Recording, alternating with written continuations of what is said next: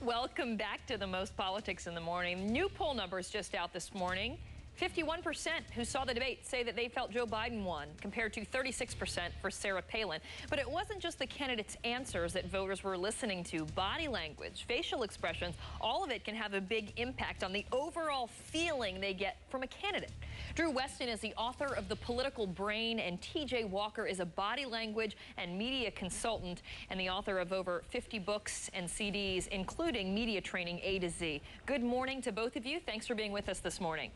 Good morning. All right, Drew, well, let me start with you. Overall, how did you think the candidates did?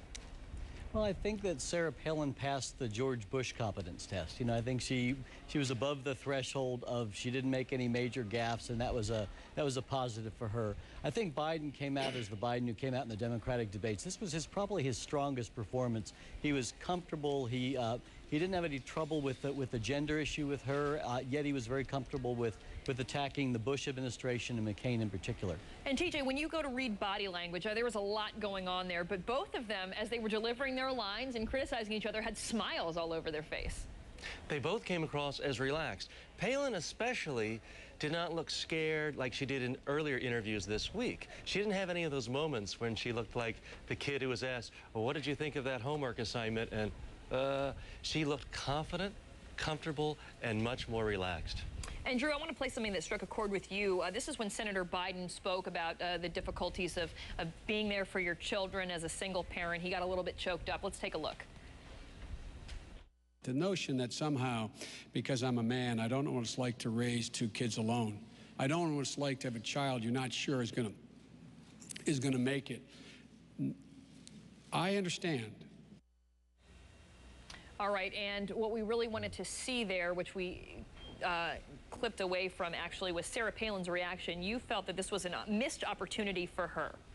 Yeah, I thought it was a really strong thing for him. I mean, it wasn't obviously a planned moment, but it was one where, in some ways, he kind of took motherhood away. He took parenthood away from her and really humanized himself in a way that Obama and McCain didn't in the last debate. I thought her missed opportunity was her response to that kind of ignored what he just said and went straight into sort of political speak, and it seemed a little jarring to the ear. It was abrupt, but again, overall, she came across quite well because she smiled and looked relaxed. Biden did a good job with his body language most of the time, but there were times when he was just scratching his face too often. All right, and I want to ask you about Sarah Palin as well, TJ, in the smiling and the winking. I mean, since we've seen her 5 weeks ago on the national stage, these are some of her mannerisms. Does this work? Well, to some people, the winking seems too cutesy, but other people find it endearing. I'll tell you what, nervous people don't do that. So to most people, it made her look more comfortable, more confident. Biden looked confident, too. The only place where I'd give him marks against him is a little too much scratching, playing with the face, and when the camera wasn't on him, he went into sort of what looked like a scowl. But overall, he seemed comfortable and confident, had a pleasant smile, too. And Drew, as a psychology professor, you say that men and women look at Palin differently. How so?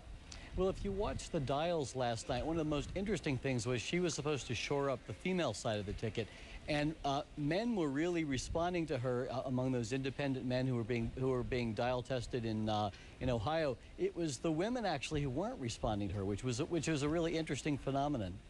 And TJ, advice to candidates going forward? Well, they both have to continue doing the things they did well. Biden didn't make any gaffes, and Palin didn't look scared or surprised or startled or fail to answer any basic questions like, what newspapers do you read? All right. Well, I want to thank both of you for being with us with a unique take this morning. Drew Weston and TJ Walker, thanks. Thank you. Thank you. Coming up now in a minute to the top of the hour, and breaking this morning, Wells Fargo is buying troubled bank Wachovia for $15.1 billion in stock. On Friday, Citigroup agreed to purchase Wachovia with government funds, but Wells Fargo made a higher bid with no federal